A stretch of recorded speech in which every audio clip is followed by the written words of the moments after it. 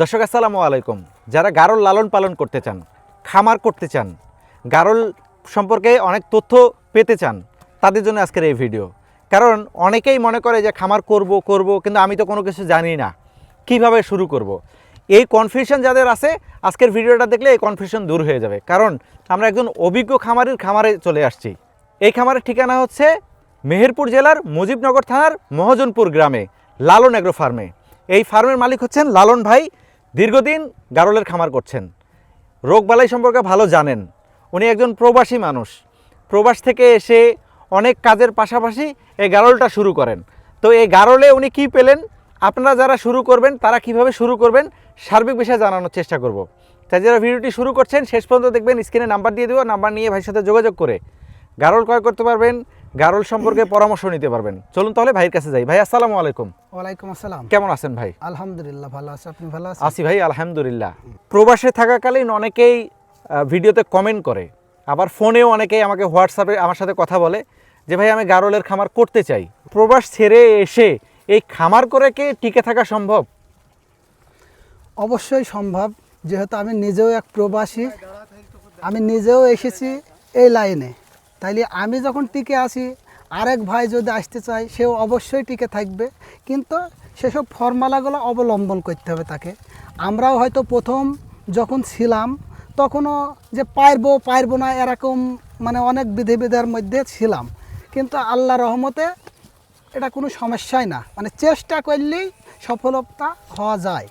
শুরুতে কোনো ট্রেনিং করতে হয় কিনা, নাকি আপনাদের সাথে যোগাযোগ করলেই হয়ে যাবে? না, টেলিং কোনো কিছুই করার লাগে না। এটা হয়তো কখন কি করবি না করবি এইসব যোগাযোগগুলো আমাদের সঙ্গে যদি রাখে, তাহলে এটা তার সমাধান পাবে অবশ্যই। আচ্ছা, প্রবাসীর টাকায় কিন্তু বাংলাদেশ চলতেছে, প্রবাসীর যে রেভিডেন্স এটার দ্বারা কিন্তু বাংলাদেশ একটা উচ্চতর জায়গায় দিন দিন পৌঁছে যাচ্ছে। তো প্রবাসীরা যদি প্রবাস ছেড়ে এখানে আসে, সেই ডলারটা কি এখানে কামাই করা সম্ভব? এখন দেখেন, প্রবাস জীবন একটা আলাদা জীবন। আমি নিজেও প্রবাসে ছিলাম। তাহলে প্রবাসে যদি কেউ ভালো থাকে, যদি কোনো ব্যক্তি প্রবাসে ভালো থাকে, তার প্রবাস জীবনটা কাটাক। ওখানে প্রবাস জীবন কাটানোর পরে সে দেশে এসে, তখন তো দেশে আসার পরে তার কাছে টাকা পয়সা সব থাকে, তখন সে মনে করে আমি কি করব। তখন যে কোনো একটা বিজনেস সে খোঁজে, তখন সে এটা বেছে নেবে, এটা বেছে নেবে, না আরেকটা খামার বেছে নেবে। তার মনের মধ্যে যেটা ভালো লাগবে দেখে শুনে এটা করতে পারে সে। বাংলাদেশে অনেকেই অনেক ধরনের প্রজেক্ট করতেছে, যেমন নার্সারির প্রজেক্ট, বাগানের প্রজেক্ট, ছাগলের প্রজেক্ট, গরু, গারল, সবগুলোর প্রজেক্ট করতেছে। অনেকেই টার্গেট করে যে প্রবাসীদেরকে টার্গেট করে তারপরে ওই অনুযায়ী ভিডিও তৈরি করতেছে, জিনিস বিক্রি করার চেষ্টা করতেছে, কিন্তু দিন শেষে প্রতারিত হচ্ছে প্রবাসীরাই। গারলের খামারে যদি ওনারা আসে, কিভাবে আসলে গারল সেক্টরে ভালো কিছু করতে পারবে যাতে প্রতারিত না হয়? দেখেন, গাড়লে প্রতারিত বলতে এ তো প্রাণী, এখন এর মধ্যে কোয়ালিটির কিছু ভেদাভেদ থাকে। এখানে প্রতারিত যদি হয়, সে কোয়ালিটির কারণে কিছু প্রতারিত হতে পারে, কিন্তু তিনি আসবে, এসে দেখবে। এখানে মনে করেন যে সব রকম গাড়ল আছে, এখানে ক্রস আছে, হাই ক্রস আছে, অরিজিনাল আছে, 3 শ্রেণীর গাড়ল আছে। তো এখানে 3 শ্রেণী গাড়লের 3 শ্রেণীর দাম আছে। তাহলে উনি যেটা খুশি, ওনার তো চোখ আছে, উনি দেখতে পাচ্ছে এখানে যে কোন গাড়লটা ভালো মন্দ। গাড়ল সবই ভালো, এখানে দামের ভেদাভেদ আছে, কোয়ালিটির ভেদাভেদ আছে, দামের ভেদাভেদ আছে। তা উনি দেখবে, উনি আমার সঙ্গে যাচাই বাছাই করে এখানে দাম দর করে যদি জিনিস নেয় এখানে, তাহলে প্রতারিত হবে না। আর যদি উনি মনে করে আমি 10,000 টাকায় জিনিস নেবো, আমি তো 15,000 টাকার জিনিসটা দেবো না, তাহলে যেটার যে মূল্য সেইভাবে যদি নেয়, তাহলে ওনারা প্রতারিত হবে না। তারপরে আমাদের কারণেও হয়, অনেক সময় অনেকজন জানে না, বোঝে না, হয়তো হইতে পারে আমরাও চাবো হয়তো এটা আমাদের নিজের স্বার্থের জন্য হয়তো লোকসান করাচ্ছি, কিন্তু সঠিকভাবে এই করলে এটা হবে না ইনশাল্লাহ। তবে তারপরেও তিনি আসুক, এসে খামার ভিজিট করুক, এসে দেখুক, আরও 5 জায়গায় দেখুক, দেখাশোনার পরে উনি নিক। আচ্ছা, দেখলে তো একটা অভিজ্ঞতা হবে। 5টা খামার গেলে 5 জন খামারই তো 5 রকমের কথা বলবে, যে ভাই এইটা ক্রস, এইটা হাই ক্রস। হ্যাঁ, 5 জনকার কথা মিলাইলে উনি 3 জনকার কথা পজিটিভ মনে করলেই সেখান থেকে আসলে নিতে পারবে। অনেক সরকারি চাকরিজীবী আছে, অনেকেই কিন্তু চাকরি শেষে রিটায়ার্ড করার পরে বসে থাকে, তখন চিন্তা করে কি করব না করব। অনেকেই কিন্তু খামার করতেছে, অনেকেই খামারে ভিজিট করে বিভিন্ন ধরনের খামার করতেছে। তারা যদি এই সেক্টরে আসে, আসলে তারা কি একবারে অনেক গারল নিয়ে শুরু করবে না কম করে নিয়ে শুরু করা ভালো? এখন যারা রিটায়ার্ড হয়ে যায় বেশিরভাগ তারা কমজোরালা লোক, মানে মুরব্বী আর কি। তো একবারে তাদের ঘাড়ের ওপর যদি 50টি গাড়ল চাপিয়ে দেওয়া যায় তারা পারবে না। তারা হয়তো 20টা 30টা 25টা এইভাবে 10টা এইভাবে গাড়ল নিয়ে তারা এটা পালক যদি দেখে যে না এটা সুন্দর একটা চাষ, তখন ওইখান থেকে চারটি বাড়াইতে পারে, বাড়ি আর একটা লেবার রাখলো, দিয়ে দুইজন মিলে তারা এই কাজটা করতে পারে। তাদের যদি ঘাসের জমি না থাকে? ঘাসের জমি না থাকলে ঘাসের ব্যবস্থা করতে হবে। আর যদি চরণভূমি থাকে তাহলে চরণভূমির ওপরেই পালা যাবে। আর যদি চরণভূমি না থাকে আগে ঘাসের জমির ব্যবস্থা করতে হবে, তারপরে গাড়ল নিতে হবে। যেহেতু খাবার আগে তারপরে গাড়ল, কারণ গাড়ল আপনি এখন নিয়ে যাবেন, এখন নিয়ে যাওয়ার পর আপনার বাসায় নামানোর পরেই আপনাকে খাবার দিতে হবে। তাহলে খাবারের বন্দোবস্তটা আগে করতে হবে। এই সময় অনেকের জমিতে ফসল দিয়ে ভরা, তো এই সময় আসলে আপনারা কিভাবে খাওয়াচ্ছেন? আমরা চরণভূমিতে খাবার দাবার খুবই কম, তা আমরা মাঠে মাঠেই ঘুরে নিয়ে বেড়াই। এর ভিতরে যদি খাবারের যেটা ঘাটতি থাকে ওটা আমরা বাসায় যাই, ধানের খড় আছে, ভুট্টার গুঁড়া দিয়ে হালকা পাতলায় মিক্স করি খাওয়াই। আর আমার নিজের লিপিয়ার ঘাস আছে, ওই ঘাস খাওয়াই। একদিন ঘাস খাওয়ালাম, একদিন বিচালি দিলাম, এইভাবে খাওয়াই। আর চরণভূমিতে যদি দেখি যে পেট ভরে গেছে তাহলে আর ওই দিন আমরা বাসাতে কোনো কিছুই দিইনি। যেহেতু আমরা মূলত চরণভূমির ওপরে বেশি নির্ভরশীল, সবসময় চেষ্টা করি চরণভূমিতে খেয়ে পেট ভরাতে পারলে আমাদের আর কোনো খরচ আসে না। অনেকেই যে বলে যে একদম জিরো কষ্টে গারল লালন পালন করছে, এটা কতটুকু সত্য? হ্যাঁ, এটা সঠিক কথা, কিন্তু তার এলাকাতে চরণভূমি থাকতে হবে। বাংলাদেশের অনেক জায়গাতে অনেক অনেক চরণভূমি আছে যা হাজার হাজার গাড়ল পাললেও কোনো টাকা খরচ হয় না, শুধু চিকিৎসা বাবদ যে টাকাটা খরচ সেটাই হবে। তাছাড়া আপনার বাড়তি কোনো বাসাতে যে এই যে খাবার দিতে হবে এটা না। এটা ঝড় বৃষ্টি তুফান যাই হোক গাড়ল আপনি ছেড়ে দেবেন, ভিজে ভিজেই খাবে। বাংলাদেশে অনেক জায়গায় বিভিন্ন ধরনের খামার আছে। আমি একটা কমেন্টের খুব সম্মুখীন হই, আমাকে কমেন্ট করে যে ভাই গারল তো আমরা আসলে অনেক সময় চোখেই দেখি নাই, তো এর মাংস কোথায় পাওয়া যায়?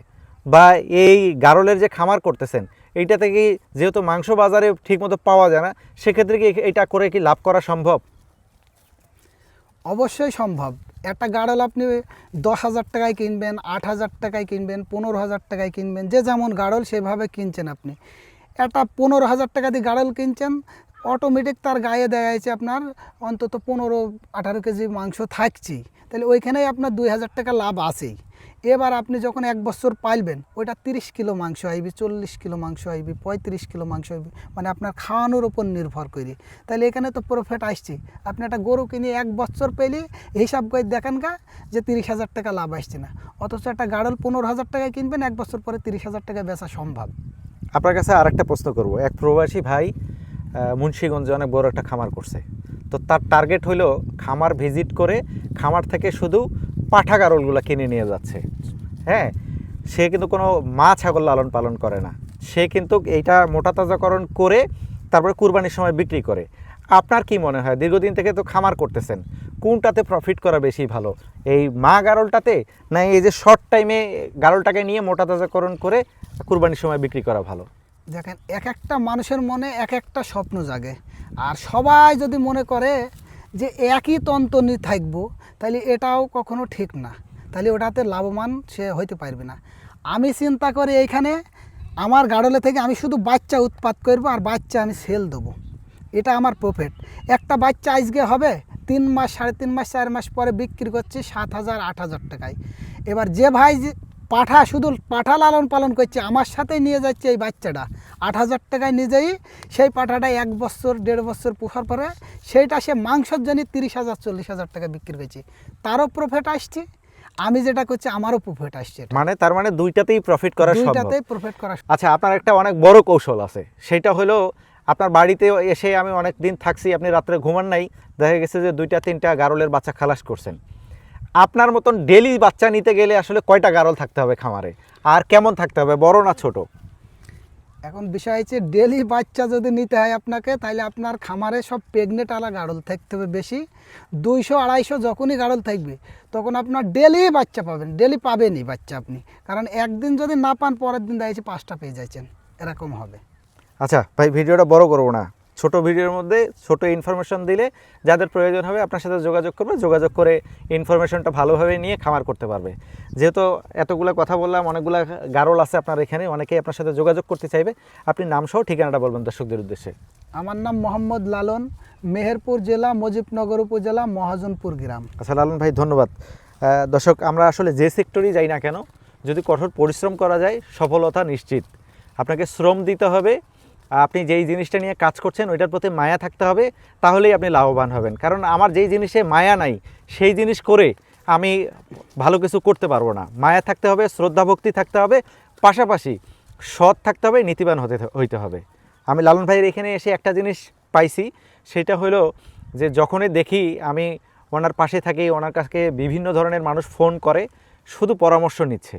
অনেকে এখান থেকে গারল নিয়ে যাচ্ছে, ওনার গারলের খামার ভিজিট করতেছে। কোনো দিন দেখি নাই যে উনি আসলে রাগ করছে, এত মানুষ আসতেছে, মানে বোর ফিল করে নাই।